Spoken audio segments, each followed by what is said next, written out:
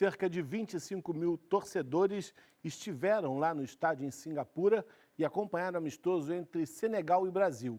Já aqui, no país, boa parte da torcida não se animou com a partida.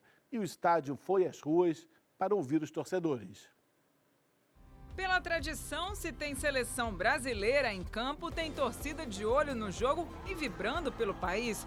Mas no amistoso de hoje entre Brasil e Senegal, o compromisso não foi como o habitual. Jogo hoje, eu não sabia que hoje tinha jogo. Nem estava sabendo? Não estava sabendo. Na verdade, eu até vi pelo celular, que foi 1-1, mas aí eu nem...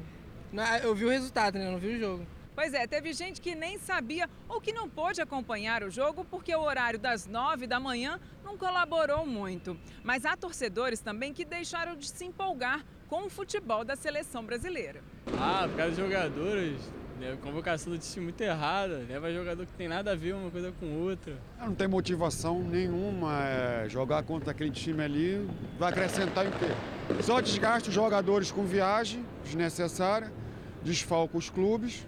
O jogador pode se machucar, então não tem atrativo nenhum para esses jogos aí. O comentarista da Rádio Nacional, Mário Silva, concorda que jogos não competitivos e contra adversários de pouco prestígio não animam a torcida e os próprios jogadores. O padrão da seleção brasileira está baixo porque os amistosos pouco valem, é um caça-níquel, certo? É um contrato feito com antecedência pela CBF que tem que ser cumprido.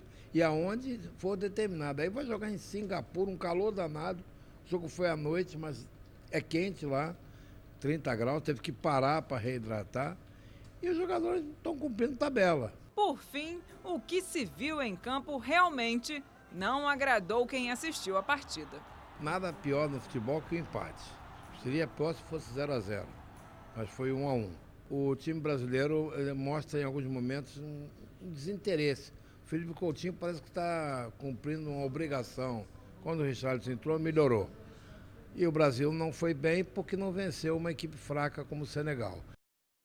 Vamos lá para São Paulo conversar com o meu amigo Juliano Justo. Boa noite, Juliano. Enfim, seleção brasileira num momento muito ruim. Será que a gente consegue vencer no domingo, Juliano? Fala, Garritano. Muito boa noite. Boa noite a todos que estão com a gente aqui no programa Estádio.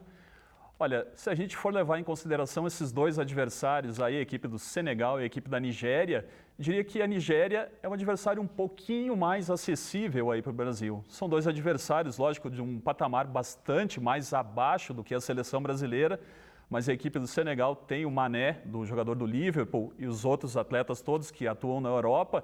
É um time, é a melhor seleção ranqueada da África e é uma equipe que hoje até acabou em muitos momentos dominando a seleção brasileira.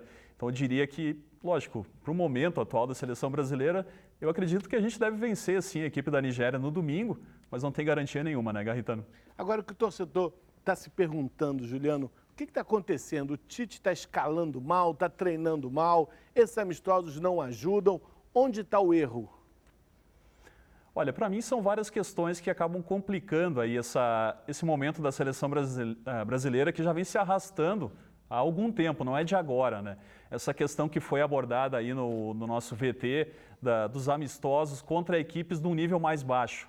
O Brasil tem esse contrato, a CBF tem esse contrato com essa empresa que comercializa, né, que organiza, faz esse agenciamento aí dos jogos da seleção brasileira e é a mesma da seleção da Argentina. E aí o próprio Tite reclamou em uma coletiva recente que o Brasil não enfrenta seleções europeias, por exemplo.